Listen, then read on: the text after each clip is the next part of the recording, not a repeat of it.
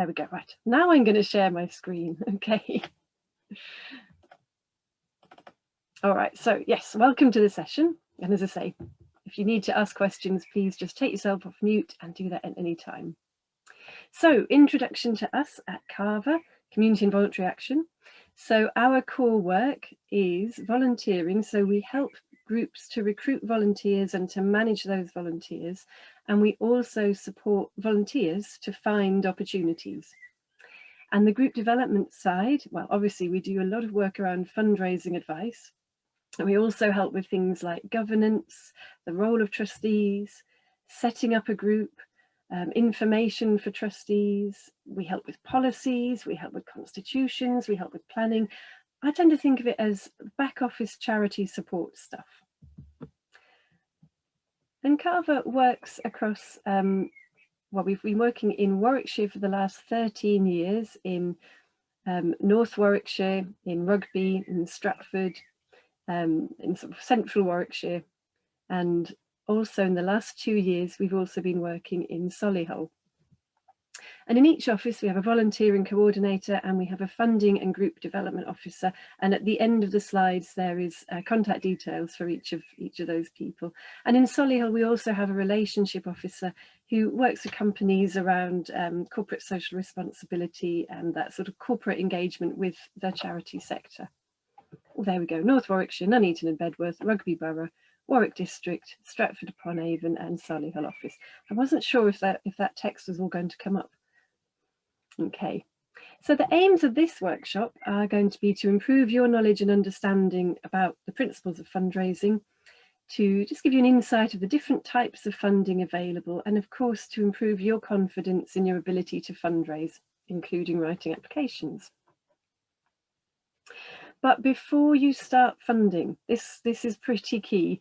Are you funding ready? So it's really essential that your group has a constitution, and a constitution is, I mean, you probably all have one, but sometimes new groups that are set up, it's having that understanding of what a constitution is and what it needs to contain. So it's a formal document and it talks about what your group does, how it does it, how decisions are made. And Carver has a number of templates. So if you don't have a constitution, or if you're not quite sure if your constitution would pass muster with a funder, get in touch with us and we can support you with a template constitution. You need to have relevant policies, and different funders will have different approaches to the policies that you need, but it does also depend on the work that you do. But as a basic, we would generally say you need equality and diversity, health and safety. If you're working with any vulnerable adults or children, then you'll need to have a safeguarding policy. If you're working with volunteers, obviously you're going to need to have a volunteering policy. So it just depends on the groups that you're working with. And this is another area that Carver can help you with.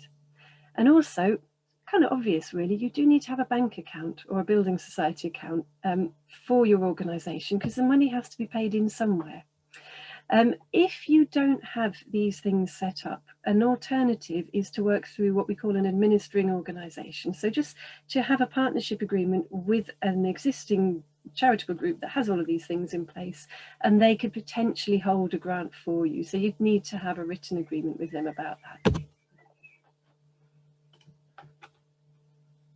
Okay, so we're going to have a quick look at the types of funder, and that is the types of funder that you are likely to be writing a bid for. So there are loads of types of funder. You know, you might be looking at, oh goodness, doing cake sales, or doing sponsored runs, or doing online crowdfunding, but we're not going to look at those. We're just looking particularly at the types of funder that you're going to potentially be working with when it comes to bid writing.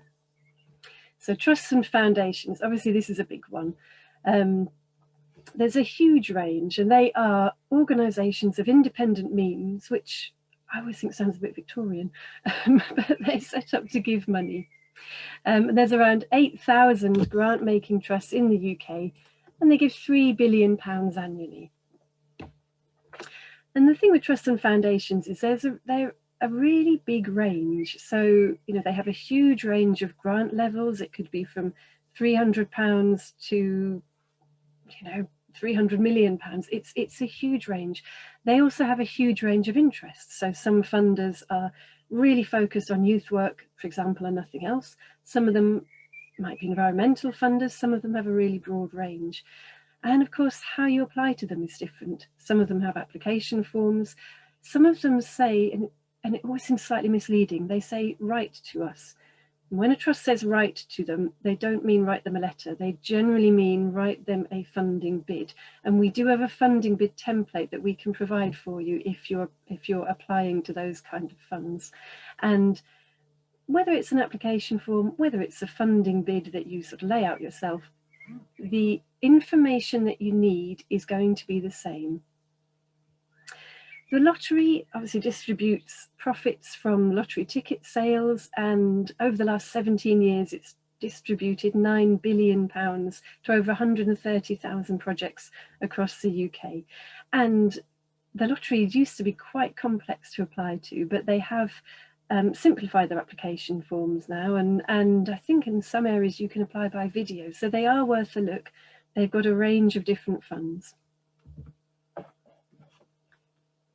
Okay, other funds that you might be applying via a kind of bid writing approach might be the Landfill Communities funds.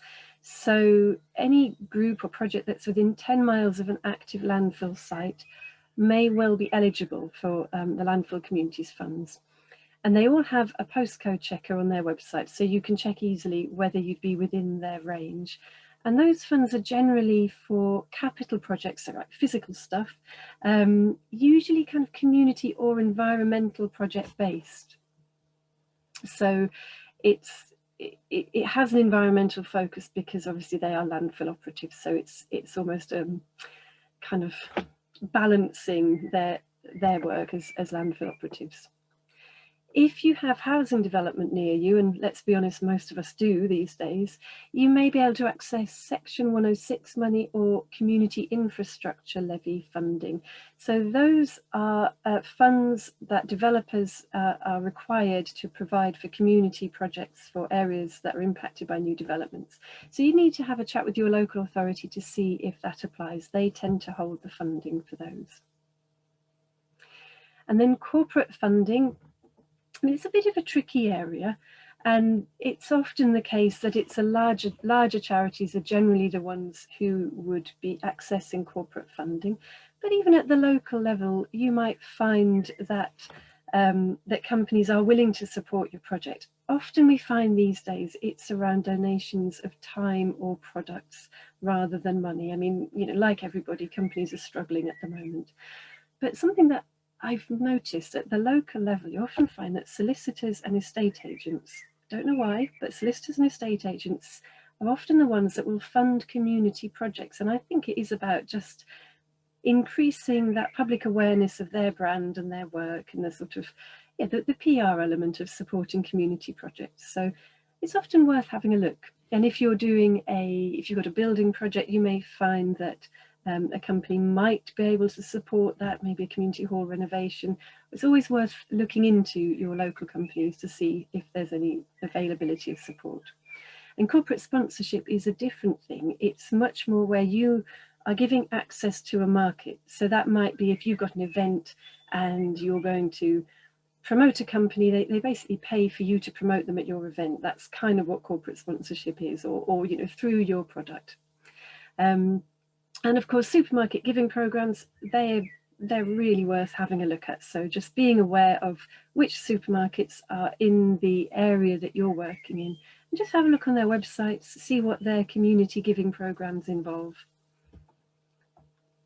Okay, so funding considerations. This is quite a long list, okay? I'm going to whiz through it. So restrictions. So I mentioned, you know, there's loads of different types of funders, and some of them are very specific about the type of project that they will fund. So, you know, if you are running, I don't know, if you're running a beach cleanup, probably not in the middle of the country, you wouldn't be. Say you're doing a river cleanup or a litter picking project and you want some funding for that, you obviously need to look to an environmental funder, not one that funds, I don't know, mental health support for older people. You could possibly go that way, but you know, target your application to the funder. geographical area, obviously, there's no point applying for a fund that only supports groups in Scotland. Appropriate ask levels. So once you've identified some potential trusts and foundations to approach, if you look usually on the Charity Commission, you can find their annual reports, and their annual reports usually list their donations. It's quite quick to do, but it will just give you the feel for the right ask level. So if most of their grants are £2,000 and you go and ask for £10,000, you probably won't get it. But if you ask for 1,500, it's much more appropriate to the level that they give. And I guess the other thing is with ask levels, if you have a really big project, you know, £100,000 project, say you're renovating a community hall, you'll be less successful if you then ask for £2,000 towards a £100,000 project, because it seems like a drop in the ocean and your funder will think that they're not having an impact. So if you were to do that, you would need to kind of make a project within the project. So perhaps you'd want £2,000 towards, oh goodness, I don't know, new furniture within the new building rather than the whole ask level. So it's just kind of keeping that appropriate level in mind. We have revenue versus capital funding. So just a reminder, revenue is the non-tangible things, so like staffing costs or project costs, whereas capital funding is stuff that you could, I'm going to say pick up, but if it was a community hall, you couldn't pick it up, but it's physical stuff that you could kind of bump into.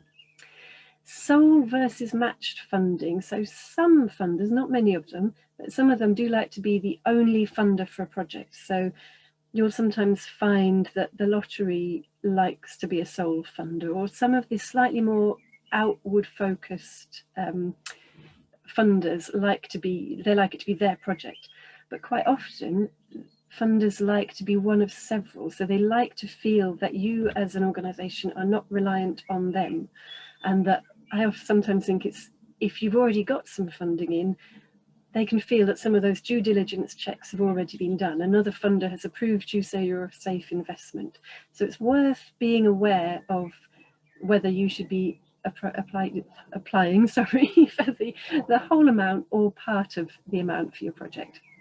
Project versus core funding. Well, core funding is very, very difficult to get. So core funding is the money that you can use for anything. Very few funders will do that. They generally like to have an awareness of what the project is, what the parameters are, and what their impact is going to be on your project. And so, yeah, it can be tricky to get core funding, but you can be creative. You can talk about your existing work as if it's a project. So if you talk to us at Carver, we can generally find ways that kind of break your existing work into project areas which might be more fundable. I told you this was a long list. It's not a very interesting slide, but it is useful stuff to consider. So one-off or multi-year grants. So a lot of funders will fund, say, a 3-year project. So, maybe employing somebody to run a project for the next 3 years with some costs. But very occasionally you'll find funders, particularly if it's capital funders, who will just do a one-off payment and that's that. So you need to ask for the right payment or the right grant. Some funders like you to be working in partnership, and again, that's something to look at. But it may be the case that those partnership projects, it could be quite a simple thing. Like your partnership could be that you would be referring people on to another project if they needed additional support. So you can look at partnership in quite a broad way. Some funders will only support registered charities. So again, if you're not a registered charity, don't waste your time applying to funders that can't support you. And that final element on this slide, how soon can you reapply? So quite often funders will say, don't reapply to us whether you're successful or not within 12 months or 18 months. And I think because of that, it is important to get as good a funding bid as you can when you apply to a funder, but also obviously don't reapply too soon.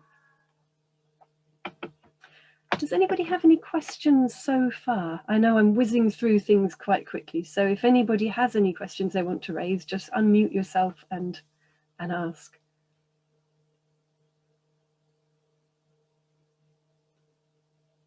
Okay, I'll carry on then. Okay, so looking at research, so how do you find your grant funds? And I would say talk to us, talk to Carver. We have plenty of experience in the area, so we can generally help you with identifying potential funders. We also have a funding bulletin that goes out quarterly, and we have access to a funding database as well. Ours is Funds Online, so we can do a funding search for you. You may also have local contacts who've got hopefully other local contacts, or it's sort of who do you know? Who do you know and who do they know? So really asking around, finding out if anybody's got contacts with any trusts or foundations. You never know. Local authority websites are a good place to look for funds. Sometimes they will have funds listed. Sometimes, so in Warwickshire, we know that there is the Councillor Grant Fund every year, so that's always a good fund to look at if you're Warwickshire based. I mentioned that Carver, we have access to the DSE Funds Online database because we have a subscription. And there are some other free databases that you might want to access, such as Grants Online. The Charity Commission website, well, it's pretty lengthy. There are a lot of charities that are registered on the Charity Commission, but that is a good place. If you've identified a trust that you want to apply to, have a look at their Charity Commission entry to just get a feeling for the work that they do. Newsletters, and Carver does a couple of regular newsletters. We have our weekly e-grapevine newsletter, and we have locality newsletters as well, and we often have funding leads in there. And there may be other newsletters that you're subscribed to that identify other funds as they arise. And the other thing that I think is always worth a look is see who has funded organisations that work in a similar area. I mean, they will generally have funders who have the kind of interest that obviously support the kind of project that you're doing. So do check what other similar organisations are doing and who has funded them. Okay, this is really obvious, but it's worth mentioning it. So keep a record. And when I was doing funding searches, I always set up a spreadsheet. It generally gets horribly unwieldy, and I end up putting more and more and more columns in.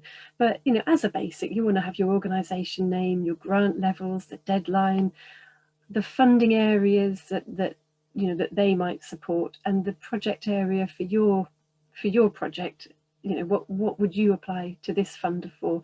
And then if you're contacting the funder, you'd keep a record of any contact that you've had with them.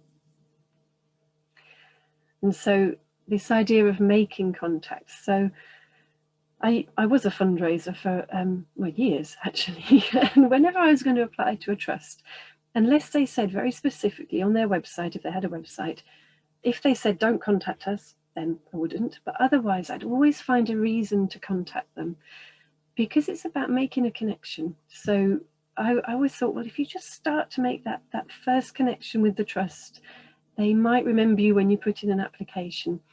Obviously, if you are going to call them up, then make sure you've got your facts straight about your organisation and your project, and that you can summarise it. And obviously, you want to be really passionate and positive and make a really good first impression.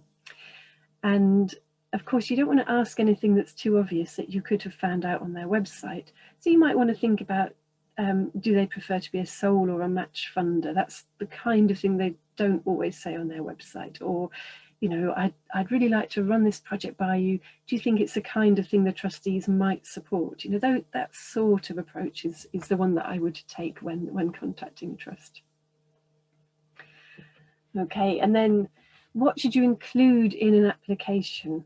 So these next few slides are very much based on the way that I would lay out a funding bid for those funders, those trusts who say, just write to us. And as I say, don't write them a letter, write them a bid that's quite structured, that's got separate paragraphs, that's easy to read, really. So if you're writing a funding bid from scratch, I'd always have a very brief introduction about who you are, and describe your project in a sentence, and then of course you're going to go into a bit more detail about it.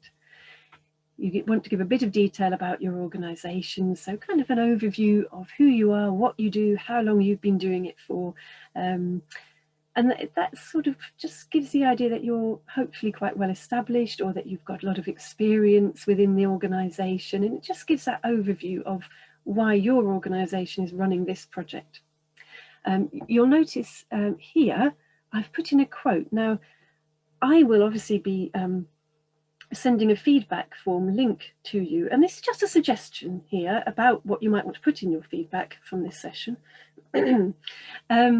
Anyway, it helps if you can have some quotes from beneficiaries. So if you've got a project where you work with people and you've got any feedback from them that's quite positive, preferably, put it in as a quote, because it brings your application to life, and it sort of shows that it's not just you talking about it, it's your beneficiaries are talking about how good your project is. Now you'll see I've highlighted evidence of need, and this is a really key section in any application. And you know, sometimes a funder won't call it evidence of need. So you may be filling in an application form and they'll say, how do you know your project is needed? Or how have you consulted with beneficiaries? So it's all the same stuff, but it's sometimes said or written in a different way. But I would tend to think evidence of need, you might want to start with some big picture stuff. So if you've got a project around tackling loneliness and isolation, then you might want to talk about, you know, loneliness is recognised by, there's a Lonely Society report in 2010, I think it was, you know, it's recognised as a big problem, and I don't know, 10% of the population experience being lonely twice a week or something, whatever the stat is.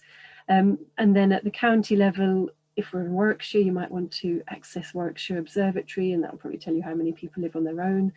If you're working on a project around disadvantaged people, have a look at the Index of Multiple Deprivation. It kind of colours the whole country into red, green and yellow according to how deprived an area is considered to be. The JSNA stands for the Joint Strategic Needs Assessment, a snappy title, but again, that's looking at deprivation and need in different areas. Again, an interesting thing to reference, and it shows that you've done your homework almost, and that you know your area. You may or may not want to look at government reports and non-governmental organisations, so charity reports on a topic area.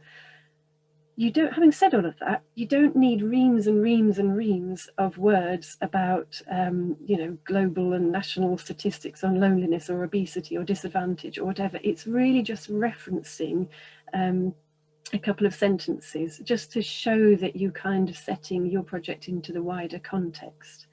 And at the local level as well, you might be looking at local strategic priorities. So Warwick District Council has a sustainable communities strategy. Solihull Council has a plan 2020 to 25. And generally the sustainable communities strategy or the Solihull plan, they are around sort of sustainability, communities coming together, healthier, happier lives. Your project will probably fit into them really, because they're quite broad. So going a little bit deeper into evidence of need. So who are your beneficiaries and how have you consulted with them? So this is really, how do you know that your project is needed? So, I mean, a classic would be if you, I don't know, there are lots of young people hanging around and they need something to do. So you go and get some funding and you build them a skate park. None of them use it because they're not into skating. They'd much rather have a BMX track. And so that it's that sort of level that we're talking at. So we want to know, or a funder will want to know that you know who your beneficiaries are. So who are they, where do they live, and kind of what are their problems? What problem are you addressing? And then how have you consulted with them? And you don't have to do a survey. You know, if you're trying to do youth work and you turn up with a clipboard and you try to get everybody to fill in a 100-question survey, you've lost them before you started. So it's about what is appropriate. So it might be, you know, if you're working with young people, maybe it's around the conversations you've had with them, or observations from groups that you're running, or observations from the fact that you're not running groups, and maybe there's an issue around antisocial behaviour. So it's about, you know, what's most appropriate for your beneficiary group. And funders have started to ask how you will involve your beneficiaries in the project design and delivery. So it's something to consider. So in other words, maybe you'll have some of the people who are taking part in your project, if it is a project that you're working with people, maybe they'll be part of the management committee, or maybe they'll be involved in doing some evaluation and feedback of the project, or perhaps they'll be volunteering for it. So, you know, maybe some older young people will be mentoring others. So it's just having a think about your project, but how does it involve people, so that it's not just you saying, I think this is a good idea and I'm going to do it. It's about, you've talked to people and you've got their views and they're all on board, and basically you're a good investment because your project will be a success because people support it. And I've put down here at the bottom as well, gap in the market. So a funder wants to know that there isn't an identical project in the next town, or, you know, if there is, there needs to be a reason why your beneficiaries can't get to it. So you need to make the point that there is a gap and you're filling that gap. So the evidence of need, it sort of lays out what the problem is. In, you know, it could be obesity, it could be youth crime, it could be loneliness, it could be, I don't know, too much litter around the parks. And the gap in the market would be, well, nobody else is addressing this exact project in this exact area. And so then you come into your project details. So what are you going to do? Where are you going to do it? When? So, you know, if you're running litter picking sessions, when are they going to be? Is it midday? Is it in the evening? Is it in the afternoon? Who's going to be running them? So do you have people who are first aid trained, for example, running the sessions? And the how of, you know, how are you going to run the sessions? So maybe, again, if we're looking at this idea of a litter picking project, then maybe you'd have a leader who's going to be, you know, taking groups of 10 out along the river on a Thursday afternoon kind of thing. But the how would also include, how are you going to market it? How are you going to get people to come along? How are you going to make sure that you reach the hard to reach, if that is part of your project delivery plan? So it's, you know, really getting all those details down for the funder. And then why you are best placed to deliver this work. So, you know, why should we invest in you rather than in somebody else? So have a talk about, or think about, you know, what's your experience? Do the people who you're going to be working with have lived experience that they can share, or have you got a background in delivering this kind of project? So it's just making the case for why you're a good investment. Then it's always worth talking about the outcomes and targets. So these are tricky, you know, you don't know how many people will come to your project, but you make a guess, you know, have an estimate that you're aiming to work with, you know, if it's a youth project, 15 young people over the course of the next 6 months, and that the change that you want to see in them is that they become more confident, or they get better social skills, or maybe some of them go on to employment. So it's really breaking it down so that the funder can think, okay, I'm going to invest £2,000 in this project, I'm going to help 20 people, I think that's good value. Or if they're investing £2,000 to help 3 people, they might not think it's good value. So it's being clear about those outcomes and the targets. The sustainability side of things is looking at how would your project continue, if it needs to continue, after this period of funding ends. So if you get funding for 3 years, what happens next? And it can be quite simply that you're going to say, you know, during the period of, you know, if we get funding, during the project, we will be collecting evidence of impact to feed into future funding bids. So it doesn't have to be complex, and certainly at the start of a project, you may not know what's going to happen at the end, but it's just a nod to show that you've thought about that and it's kind of part of your plan. Obviously, you need to include your contact details, but I've put it in there because it's easy to forget. And then budget, very important. So for the budget, this is a completely made up example, but it's a good idea to, you know, put it in a table, break it down by cost, and make sure that your costs are fairly accurate. So if you round things up to the nearest £100 or even the nearest £10, it looks like guesswork, and it doesn't look like you've done your research to find out how much things actually cost. Although you can see on this example, I have rounded everything up pretty much, apart from the coordinator salary in year 3. But so what a funder wants to know is that you've done your research, you know exactly how much stuff is going to cost, and you know how much you're asking them for. So yeah, be accurate with your budget. Okay, and what should you include? So a few other considerations. So positive language. So we want to talk about the change that your project is going to make. And the other thing around positive language is how do you put it? You don't want to blackmail your funder. You don't want to say to them, you know, if you don't fund us, then we're going to have to close and all these people are going to lose their service. You know, that is not going to get you funding. That just is sort of, you want to be positive. You want to say, if you fund us, we will be able to do all this amazing stuff, rather than if you don't fund us, we're going to fail. Use funders terminology. So quite simple really, but some funders will talk about disadvantage. Some funders, the really old-fashioned ones, will talk about poverty. So you talk about your project in the terminology that they use, and it just makes it easier for them to understand how your project fits in with their funding criteria.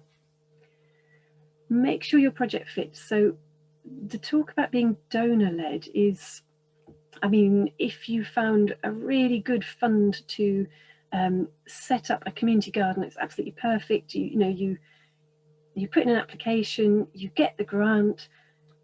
That's brilliant if you're running a community garden. If you're actually running a choir and you then get funding, I mean, it's obvious really, and you then get funding to run a community garden, you'll have to run a community garden. So, I mean, that's a silly example, but it's about making sure that the funding that you're applying for is what you need, and it's part of your longer term plan. So you don't make up a project just to fit a fund. Make sure that it's part of your organisation's forward planning. The larger the grant, the more detailed the application. That's kind of obvious, and similarly with the budget. So yeah, the bigger the budget, the more detail you're going to need in it. And don't assume the funder knows anything about your organisation. So try not to use too many acronyms, and it's a good idea to get somebody from outside your application to read, outside your organisation to read your application before you send it off, because then it's a fresh pair of eyes. It's somebody who maybe doesn't know so much what you do, and if they can read it and get a good understanding of what you do and what you need, then that's great. That's what you want. If they read it and they're scratching their head and they don't really know what it's about, then that's going to be the same for the funder. So just making sure that you're clear. Okay, so after applying, okay, what happens next? So if you're successful, brilliant. It goes into a time of stewardship then. So make sure you thank your donor, and make sure that you send them an evaluation report at the end of the funding period, or perhaps if it's a 3-year funding period, every year, depending on what they want. You're much more likely to get repeat funding from somebody who has already funded you than you are from a brand new funder. Another thing to bear in mind is that some funders will give you a small grant to start with. It's almost a bit of a test. So you might apply for £2,000, you might be given 300, but then the next time you apply, as long as you've thanked them and you've sent them an update report, the next time you apply, you may get the full amount. So kind of keep that in mind. It's about building those relationships. I would always say that you should apply for more funding than you think you need, because, well, when I was a professional fundraiser, I had a 30% success rate, and that was apparently considered quite good. So, you know, apply, don't just send one application, because if you're not successful, and I mean, you know, they take ages, you might be looking at 6, 8, 12 weeks of waiting until you know if you've been successful. So send out quite a few applications, as long as they're appropriate. If you're in that wonderful position where you end up with double funding, so, you know, you've got your £2,000 project, 2 funders have come back and said, yep, we'll fund the whole thing. Brilliant. Go back to one of them and say, you know what, we've got somebody else to fund this, but would you mind funding, you know, something else? Obviously making sure that the something else is well costed and, you know, is appropriate, and you've consulted with your beneficiaries and all of that kind of stuff. And you'll often find that because the funders have been through the process, they've analysed your bid, they've done the due diligence, they support your work, and they often will just say, yeah, okay, we'll fund something else. And if they say, well, actually, no, on this occasion we won't make the grant, that's fine. You've already got the money, you don't need it twice. You can apply to them again another time. So yeah, it doesn't happen that often, but if it does happen, double funding isn't something to worry about. And if you're not successful, and as I say, more often than not this will be the case, ask for feedback, because it might be that there was something obvious that you overlooked, and feedback will just help you with the next bid. And as I say, don't get disheartened. It is a competitive market. You know, funding is, I always think it's a bit like pulling teeth, really, especially when you start. It's just, And you know, you send loads of bids and you don't get anything back, but you just keep trying and keep being positive. And in the end, hopefully you will be successful. Okay, so any questions? I'm going to stop sharing for now. I know I've whizzed through an awful lot of stuff there, but if you've got any questions, then just take yourself off mute and yeah, shout away.